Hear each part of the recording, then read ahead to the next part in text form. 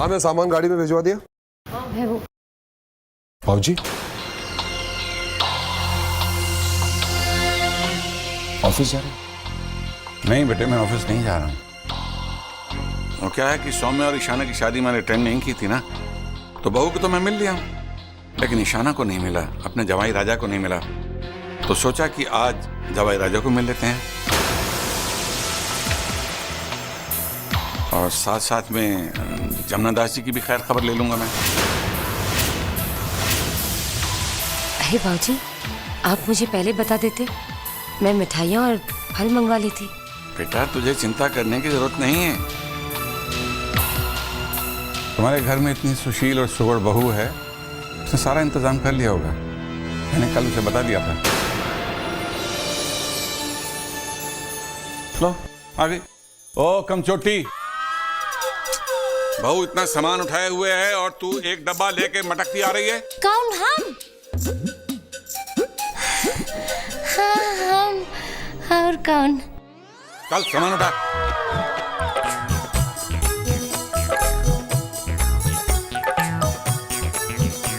संभाल के। भी ले ले। अब कहाँ पकड़े भाई? हाथ में और कहाँ? लाइए।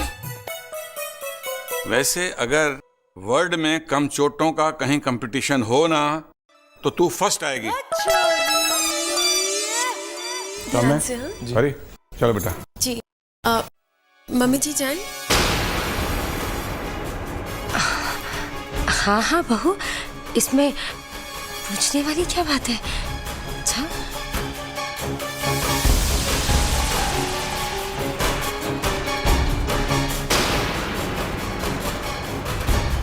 सौम्या, तुम्हें भी किसी से पूछना है बेटा? पूछ लो। नहीं, चलिए। चलो लेट्स गो।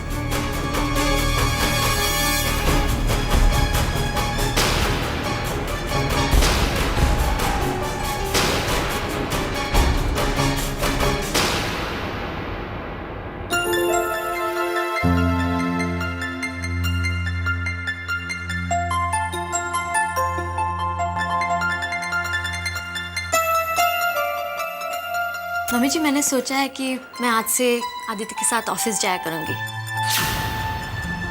जब तक वो बिजनेस की सारी बातें समझ नहीं लेते, सीख नहीं लेते, तब तक मैं उनका पूरा साथ दूंगी। वेरी नाइस ईशाना, वो तो तुम्हें जाना ही पड़ेगा बेटा। अब अगर तुम्हारे पति को कुछ आता नहीं है और उसकी काबिलियत पर पूरा भरोसा नहीं है, और उस पर अगर पत्नी ज्यादा पढ़ी लिखी है, तो उसे पति की मदद तो करनी पड़ेगी ना। घर की जिम्मेदारियां भले ही छोड़नी पड़े। अब तुम्हारा पति तुम्हारी उंगली पकड़कर तो चलना सीखेगा वहां पर। मम्मी जी, आपको जो सोचना है वो सोचिए, पर मैं एक बात मानती हूँ कि पति पत्नी एक दूसरे का हिस्सा होते हैं, पूरक होते हैं। शाबाश बेटा। 1 लाख की नहीं, 1 करोड़ रुपए की बात कही है तुमने। दादाजी,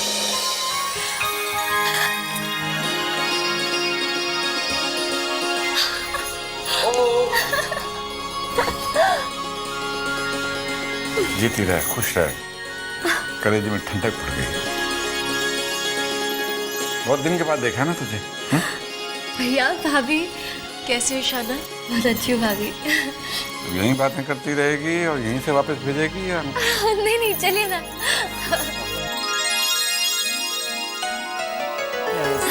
मम्मी जी, मम्मी जी, ये है मेरे दादाजी और ये आदित्य।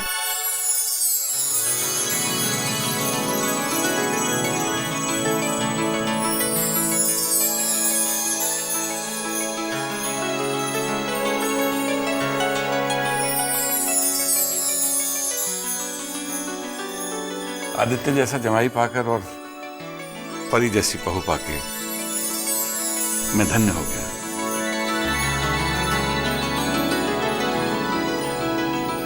ऐसे लगता है जैसे गंगा नहा लिया।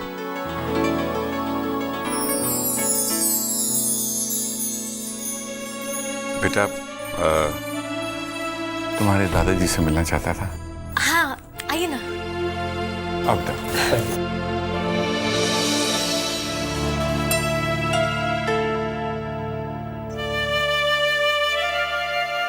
दादाजी, मेरे दादाजी मिलने आए हैं आपसे।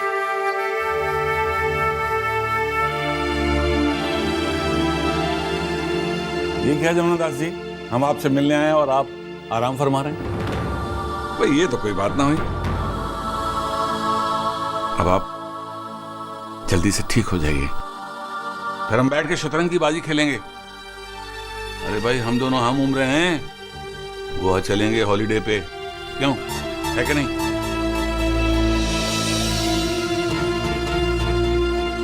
और मैं आपका शुक्रिया अदा करने आया हूं, जो आपने हमारे घर में परी जैसी बच्ची दी है। हमारा घर उसकी चमक से भर गया है। आपकी बच्ची हीरा नहीं, कोहिनूर हीरा है। मैं सच कह रहा हूं आपको।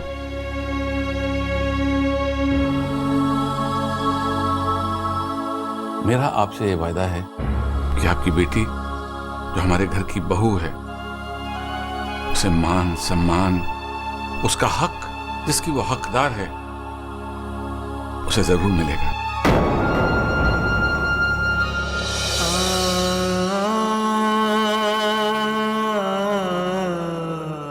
ये एक दादा का दूसरे दादा से प्रॉमिस है। अरे वरना हमारी दादागिरी कैसे चलेगी?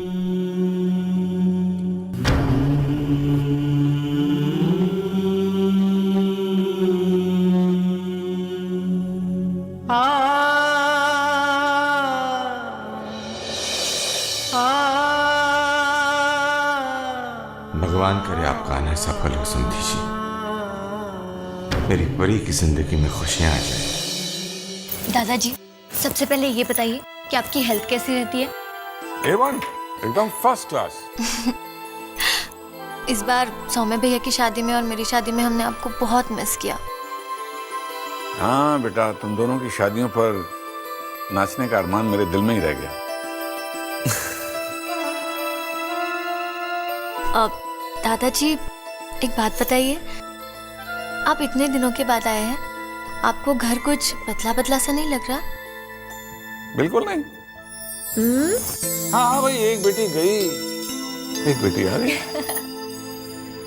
और तेरी जो 2 in 1 है ना, तेरी भाभी और तेरी ननद, ये मेरा बहुत ख्याल रखती है। और संजना,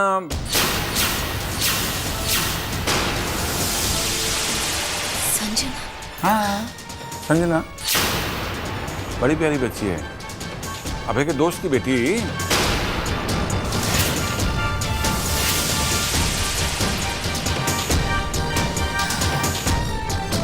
क्या हुआ? हाँ? आप लोग ऐसे क्या देख रहे हो?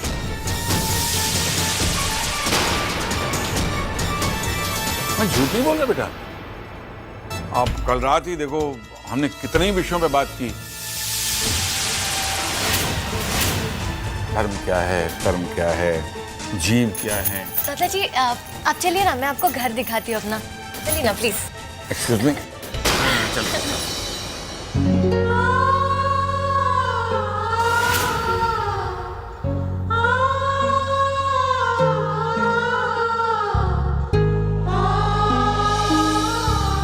आइए दादाजी।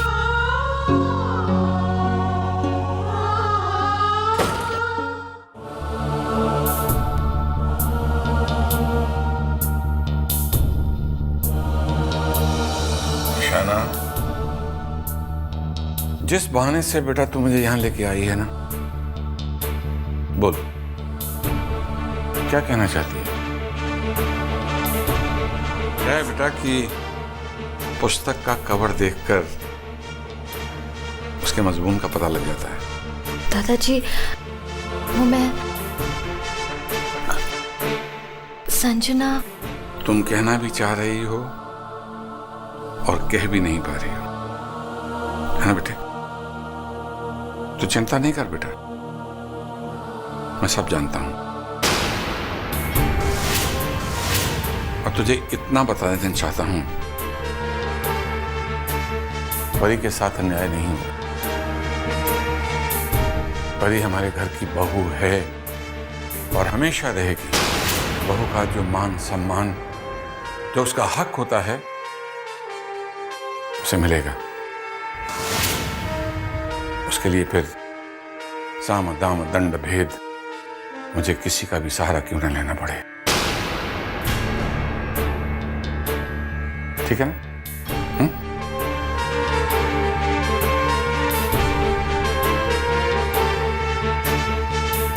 थैंक्स साधु।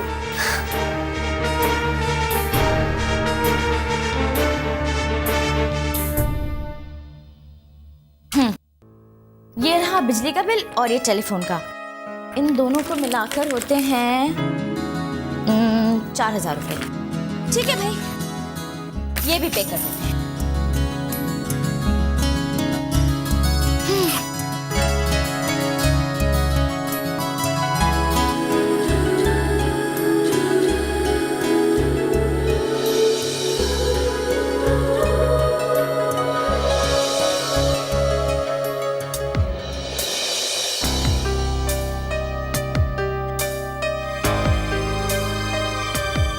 हे भगवान, मेरे पास तो सिर्फ 2,000 रुपए हैं और ये बिल्स 4,000 के। मैं तो इन बिल्स के बारे में भूल ही गई थी और वो 4,000 का शू रैक खरीद के ले आई। अगर मैंने ये बिल्स नहीं भरे तो बिजली और टेलीफोन लाइन दोनों कट जाएंगे। ओह गॉड, अब मैं क्या करूं?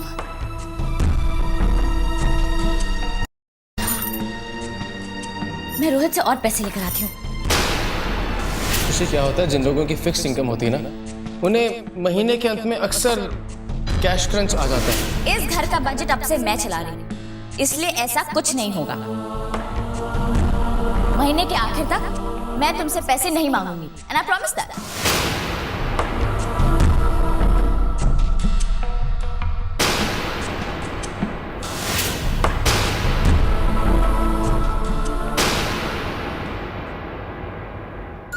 कमाल का दिमाग है तुम्हारा संजना। सौम्य को परी से दूर करने का जो प्लान तुमने बनाया ना, फैंटास्टिक। बस एक बार सौम्य को दादाजी की नजरों से दूर ले जाए, फिर सब कुछ आसान हो जाएगा। हाँ, बहुत मनमानी कर ली दादाजी की लाडली ने। उसकी अकड़ देखी है, खुद को सच में सौम्य की पत्नी और इस घर की बहू समझने लगी है। अब उसे पता चलेगा इस घर की असली बहू कौन है।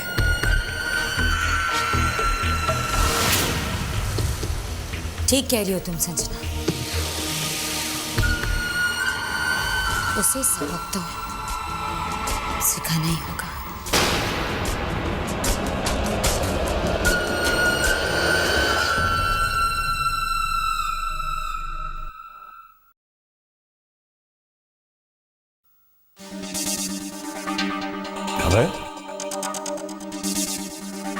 क्या बात है बेटा? बैठो बैठो।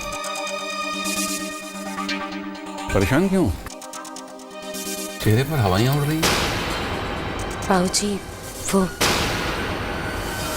सौम्य बेटा, तुम्हारा वो जो दोस्त है ना राहुल, जो बैंगलोर में रहता है, बेटा उसका एक्सीडेंट हो गया है। कब, कैसे? बेटा हमें इतनी डिटेल्स तो पता नहीं, लेकिन उसकी हालत बहुत क्रिटिकल है और वो अकेला है। हम तो यही कहेंगे बेटा, तुम्हें उसके पास जाना चाहिए। अकेला? पर अकेला क्यों? उसके परिवार वाले कहाँ हैं? जी बाबूजी, वो बाबूजी, वो उसका परिवार लंदन में है। सौम्य बेटा, इस वक्त तुम्हें उसका साथ देना चाहिए। जाओ, तुम जाकर पैकिंग कर लो। तो तुम्हारी टिकट्स भी अरेंज हो गए बेटा। गो। जी सौम्य, तुम्हें जाना चाहिए बेटा। You know, a friend in need is a friend indeed. दोस्त ही दोस्त के काम आता है। जी।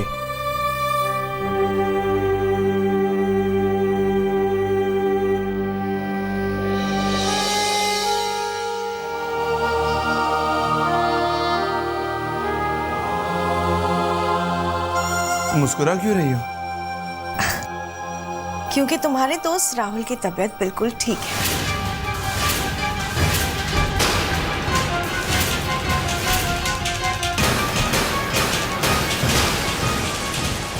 कम ऑन सौम्या, अंडरस्टैंड। ये सिर्फ एक बहाना था तुम्हें दादाजी की नजरों से दूर ले जाने के लिए, इस घर से दूर ले जाने के लिए, परी से दूर ले जाने के लिए। तो बताओ कैसे लगा मेरा प्लान? संजना, अब मैं नीचे जाकर क्या कहूँगा? क्या कहूँगा कि ये बैग लेकर मैं कहाँ जा रहा हूँ? सौम्या, प्लान मैंने बनाया है, अच्छा तो होगा ही। अब तुम एयरपोर्ट के लिए निकलोगे, लेकिन जाओगे मेरे घर, और 40 दिन खत्म होने तक तुम वहीं रहोगे। अब दोस्त की तबीयत तो सिर्फ एक बहाना था। 40 दिनों तक हमें ये मुसीबत टालनी है। उसके बाद क्या करना है वो हम बाद में देखेंगे। फिलहाल जरूरी ये है कि तुम परी से दूर चले जाओ।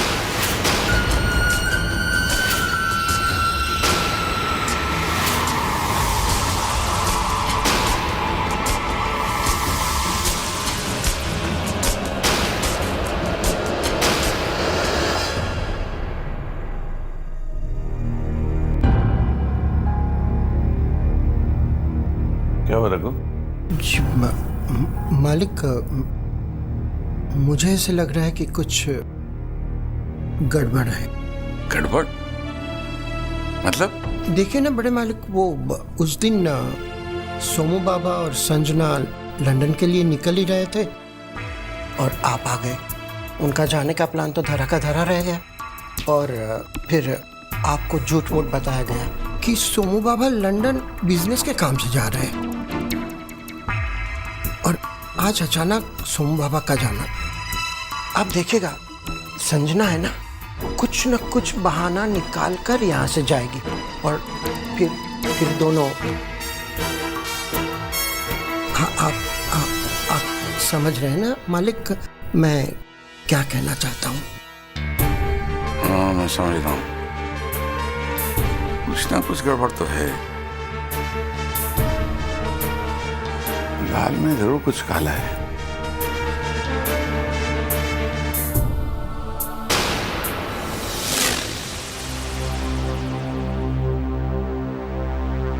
आ गई पतिव्रता पत्नी अपने पति की सेवा करने के लिए, उसकी बैग्स पैक करने में उसकी मदद करने के लिए। जाओ परी, सौम्या की बैग्स पैक करने में उसे हेल्प कर दो, और हाँ, बाय कह देना अपने पति देव से।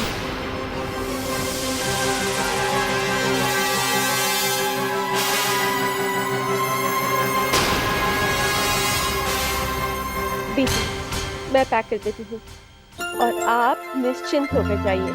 किसी बात की चिंता मत कीजिए, आपके दोस्त जल्दी ही ठीक हो जाएंगे। और हाँ, मैं आपके लिए कुछ स्वेटर्स भी पैक कर रही हूँ। वहाँ पे मौसम का कोई भरोसा नहीं, कभी भी सर्दी हो सकती है, और अगर आप अपनी सेहत का ध्यान नहीं रखेंगे तो अपनी दोस्त की सेहत का क्या ध्यान रखेंगे? लीजिए, आपकी पैकिंग हो गई।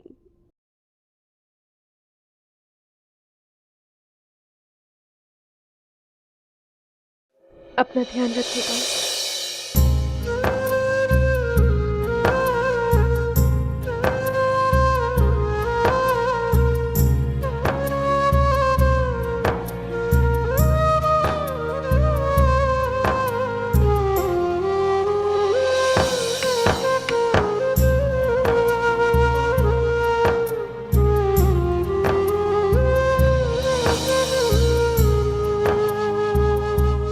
सौम्या, मेरे पास ज़्यादा वक्त नहीं है, प्लीज जल्दी आइएगा।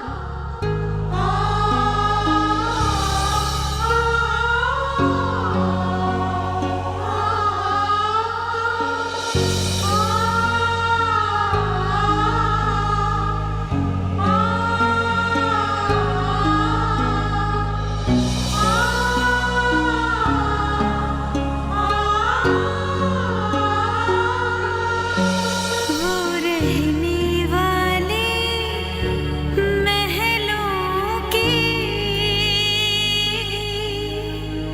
वो रहने वाले महल।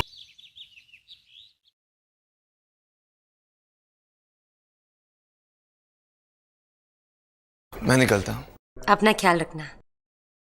जी।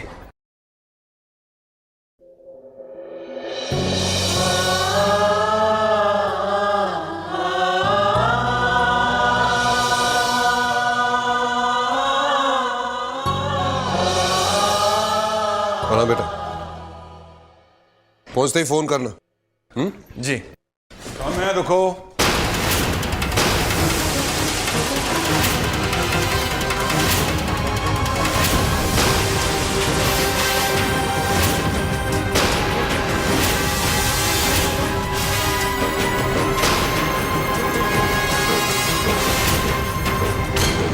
बेटा मैं भी तुम्हारे साथ बेंगलोर चलूंगा।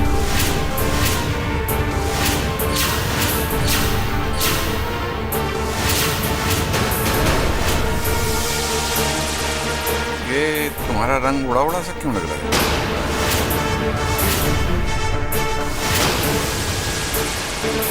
वो अपने दोस्त की वजह से ना। बेटा तुम वहां अकेले नहीं पड़ जाओ, इसलिए मैंने सोचा कि मैं भी तुम्हारे साथ चलूं। और फिर इसी बहाने हम अपने बेंगलोर ऑफिस भी हो आएंगे। लेकिन बाबूजी आप जा कैसे सकते हैं? आपका टिकट तो हुआ नहीं अभी तक। अब भाई कंप्यूटर का जमाना है बेटा, टिकट ऐसे बुक होती है। रघु बिल्कुल ठीक कह रहा था। सौम्य के इस तरह अचानक बेंगलोर जाने के पीछे कोई ना कोई राज जरूर है।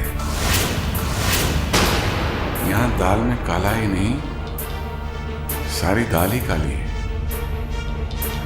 चलो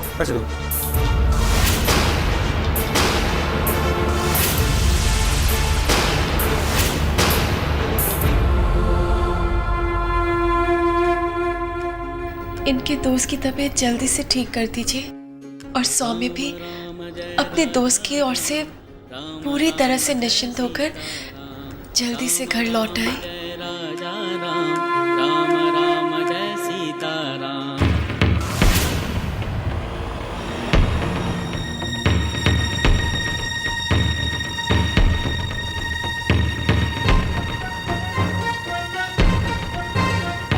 आप क्यों परेशान हो रहे हो सौम्य? चल रहे हैं ना हम, बेंगलोर चलेंगे, तुम्हारे दोस्त को देखेंगे, फिर जो भी होगा सब संभाल लेंगे हम। जी। ये दादाजी भी ना सब गड़बड़ कर दी। जो गड़बड़ हो गई है वो छोड़ो, अब आगे क्या करना है वो सोचो। और बेटा जितने भी तुम्हारे दोस्त हैं मैं सबको पहचानता हूँ। कि राहुल का नाम मैं पहली बार सुन रहा हूँ। जी दादाजी, वो जब मैं लंदन गया था ना MBA करने के लिए, मेरा तभी का दोस्त है। एक तो पहले सौम्य दादाजी को उस दोस्त की सारी डिटेल्स बता रहा होगा। ये दादाजी भी ना बार बार बनी हुई बात बिगाड़ देते हैं। क्या करें, मजबूरी है। एक आइडिया है। क्या?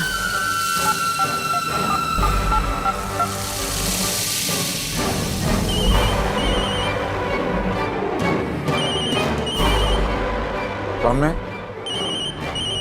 जी, बेटा तुम्हारे फोन की घंटी बज रही। हाँ हाँ दादाजी।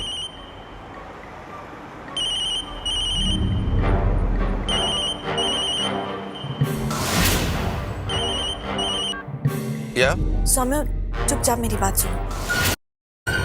हमें हमारा प्लान कैंसिल करना पड़ेगा। अब तुम दादाजी के सामने ऐसे बिहेव करना जैसे राहुल के भाई का फोन है। ओके। और वो तुम्हें कह रहा है कि बैंगलोर आने की कोई ज़रूरत नहीं क्योंकि वो वहाँ पहुँच चुका है, वो सब कुछ संभालेगा। Oh, that's good, that's very good. और हाँ, ये भी कहना कि ऑपरेशन सक्सेसफुल था और अब खतरे की कोई बात नहीं। ठीक है? ठीक है।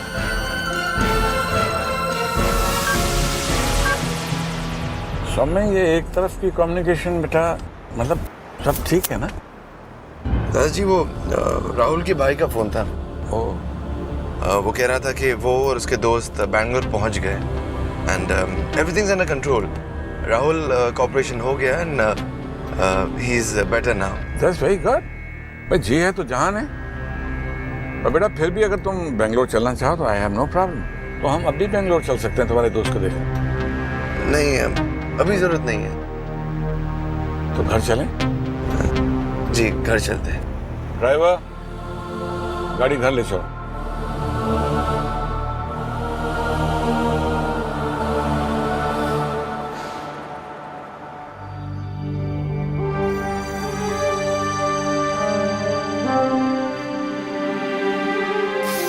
आदित्य आप क्या करें? टेक्सटाइल मिल्स के सारे वर्कर्स ने अल्टीमेटम दे रखा है कि अगर ये सारी मांगे जो इस फाइल में है पूरी नहीं की तो लंबी समय तक हड़ताल कर देंगे। और यही हड़ताल हमारे लिए अच्छी नहीं, तो अब करे क्या? देखो मुझे लगता है हमें उनकी सारी डिमांड्स नहीं माननी चाहिए। कुछ डिमांड्स मान ले और कुछ। तुमने जो मुझे डिमांड बताई है इस फाइल में, अब वो यही है ना कि इनकी तनख्वाह बढ़ा दी जाए और बोनस भी दिया जाए। वो तो हम पहले भी देते थे। लेकिन वो उससे खुश नहीं है और ये हड़ताल उनकी नाराजगी दिखाने का एक तरीका है। लेकिन क्या हम उनकी नाराजगी से डर जाए? नहीं ईशाना, हमें उनकी नाराजगी की चिंता जरूर होनी चाहिए। ईशाना, सोचो कि अगर हमारे घर के सदस्य हमसे नाराज हो जाए तो हमें चिंता तो जरूर होगी ना। और ये वर्कर्स भी तो हमारे सदस्य की तरह ही है ना। इनफैक्ट मैं तो ये कहता हूं कि उनकी तनख्वाह 10% बढ़ा दी जाए और उनका बोनस भी बढ़ा दिया जाए। उनसे ये कहा जाए कि अगर वो अच्छा काम करेंगे तो जो उनके मेहनत से जो हमें फायदा होगा हम उनको भी हिस्सेदार बना लेंगे। फिर देखना ये मजदूर कैसे काम करते हैं। ईशाना, मजदूर यूं ही मर्द के काम नहीं करता है, वो अपने बच्चों के लिए काम करता है, उनको 2 वक्त की इज्जत की रोटी के लिए काम करता है। और अगर वो हमारे कंपनी में काम कर रहे हैं तो उनकी जरूरतों के लिए वो हमसे ही उम्मीद करेंगे ना।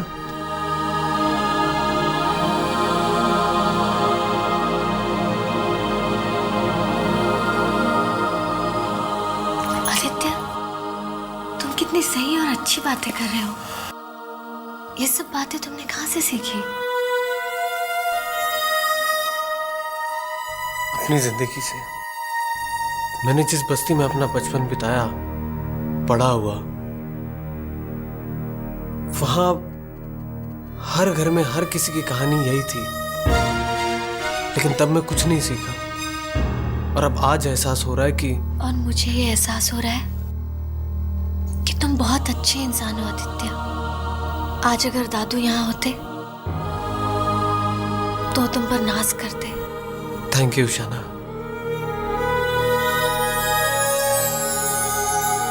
मेरा हमेशा साथ देने के लिए।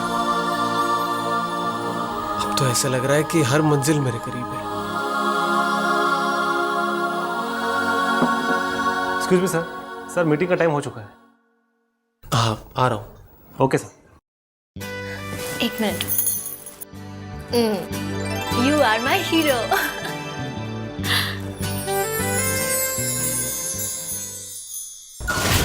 ये दादाजी भी ना हर बार बना बनाया प्लान बिगाड़ देते हैं। जब देखो अपनापन जताते रहते हैं। परी बेटा कहते थकते ही नहीं है।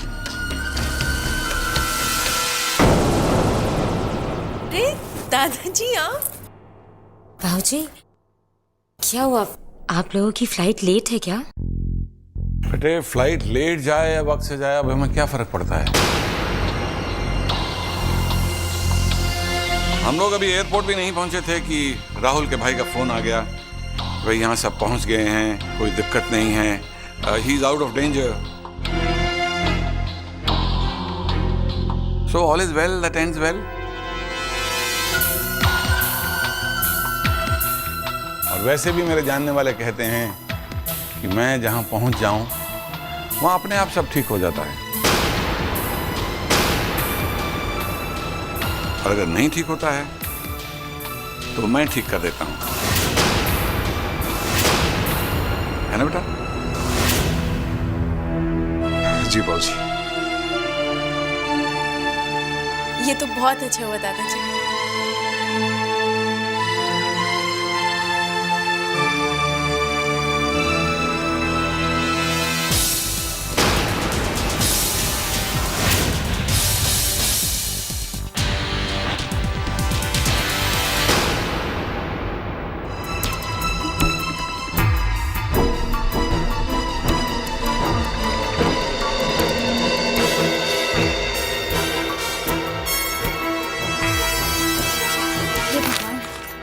ये पैसे भी ना कहाँ खत्म हो जाते हैं।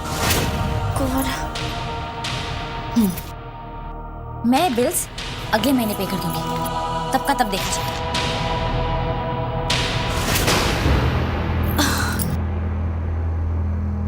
जिया, तुम अंदर आने से पहले नॉक नहीं कर सकती थी?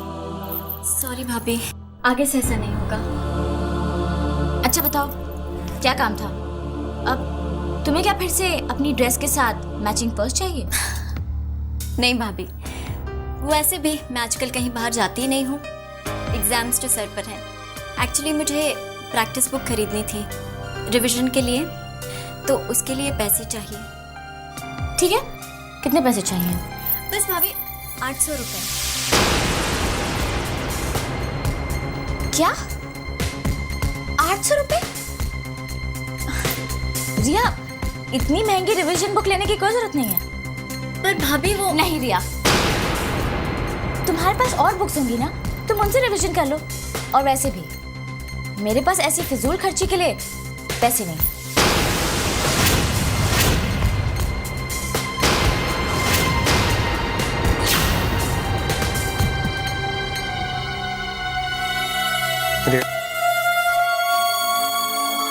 भैया वो भैया, मैंने सब सुन लिया।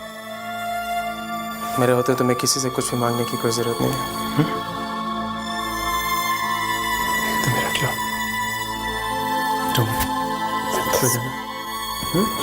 थैंक यू भैया।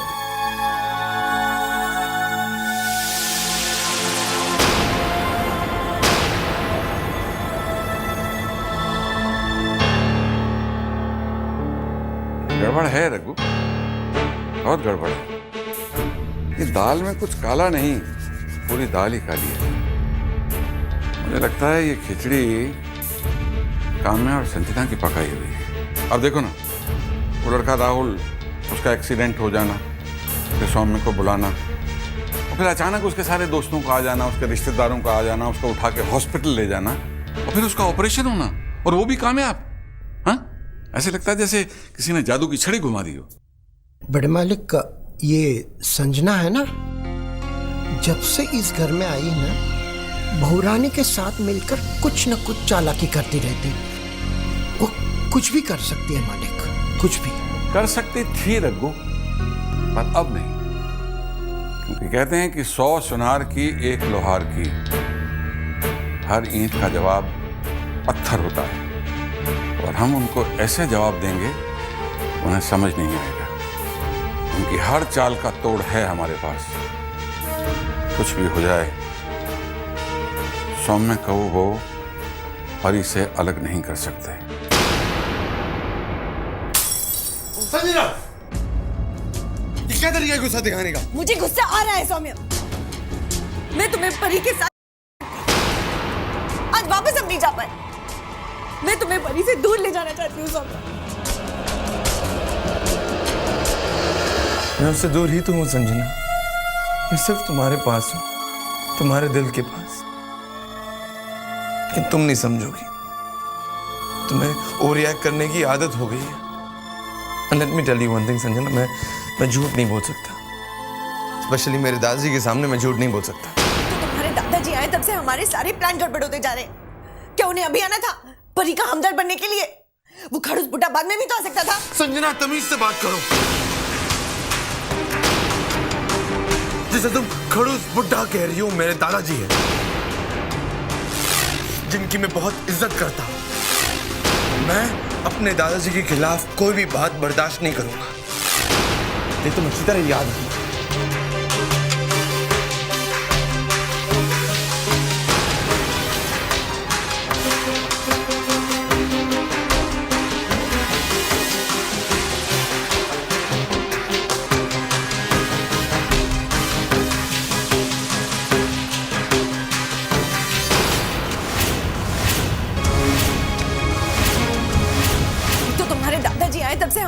सारे प्लान गड़बड़ होते जा रहे हैं। क्या उन्हें अभी आना था परी का हमदर्द बनने के लिए? वो खड़ूस बुड्ढा बाद में भी तो आ सकता था। संजना तमीज से बात करो।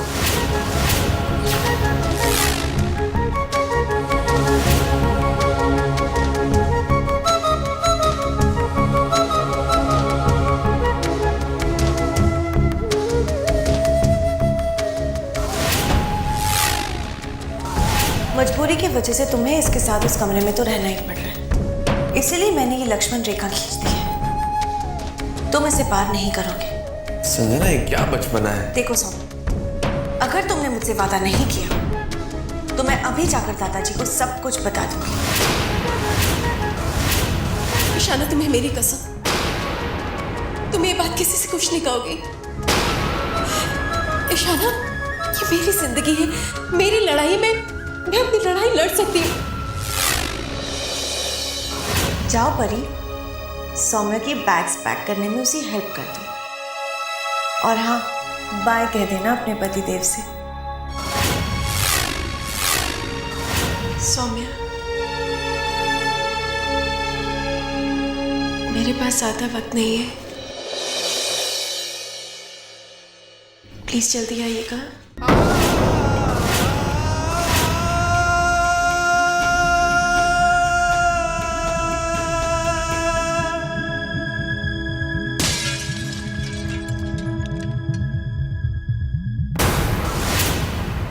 दादाजी,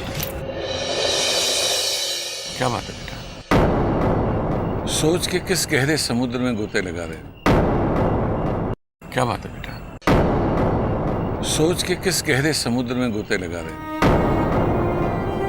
देखो बेटा, वैसे तो हम दादा पोता हैं, लेकिन एक कहावत है कि अगर बाप की जूती बेटे के पैर में आने लगे फिर वो बेटा नहीं रहता, दोस्त हो जाता है। So we are friends. तुम अपनी कोई भी बात, कोई भी उलझन मेरे से शेयर कर सकते हो। दादाजी, मुझे एक बात पूछनी थी आपसे। दादाजी, मुझे आपसे पूछना है कि वाकई everything is fair in love and war? तो तुम ये जानना चाहते हो प्यार और जंग में क्या सब जायज है? तो मैं ये कहूंगा, हाँ, जायज है। देखो बेटा, अगर तुम किसी से प्यार करते हो तो उस प्यार में इतनी ताकत होती है कि तुम दुनिया से लड़ सकते हो, और जंग का भी यही आलम। लेकिन हर चीज के दो पहलू होते हैं बेटा। पहला ये कि अगर किसी का हाथ थामो, किसी से रिश्ता जोड़ो, तो फिर मरते दम तक निभाओ, उसे मझधार में नहीं छोड़ो। और दूसरा ये कि अपने स्वार्थ के लिए किसी को इस्तेमाल नहीं करो। देखो बेटा, जब शादी होती है ना, तो वो बच्ची अपने माँ बाप, अपने सगे संबंधी छोड़कर तुम्हारे सहारे आती है। उसे वो प्यार, उसे वो मान, उसे वो सम्मान दो जिसकी वो हकदार है। अपने रिश्ते में सच्चे रहो। धोखे की बुनियाद बहुत कच्ची होती है, और अगर तुम अपने मन से सच्चे हो तो ईश्वर भी तुम्हारे साथ रहेगा। बेटा, अपने दिल में झांको और फिर खुद पता लगाओ कि सच क्या है और झूठ क्या है। फिर तुम कभी गलत का साथ नहीं दोगे।